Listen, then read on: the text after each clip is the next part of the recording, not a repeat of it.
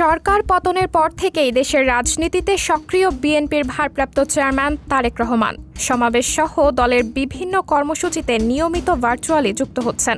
অন্তর্বর্তী সরকার, রাষ্ট্র সংস্কার ও দলের পরিকল্পনা নিয়েও জানাচ্ছেন অবস্থান।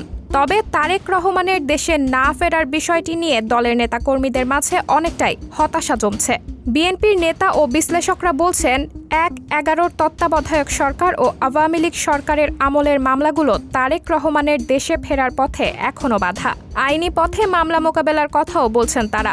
বিএনপির ভারপ্রাপ্ত চেয়ারম্যানের উপদেষ্টা ব্যারিস্টার আবু সায়েম বলেন, তিনি যেহেতু আইনের প্রতি শ্রদ্ধাশীল, তিনি চান না আইনের স্বাভাবিক গতি ব্যাহত হোক। সেজন্য উপযুক্ত সময়ে তিনি দেশে ফিরে যাবেন বলে আমি মনে করি।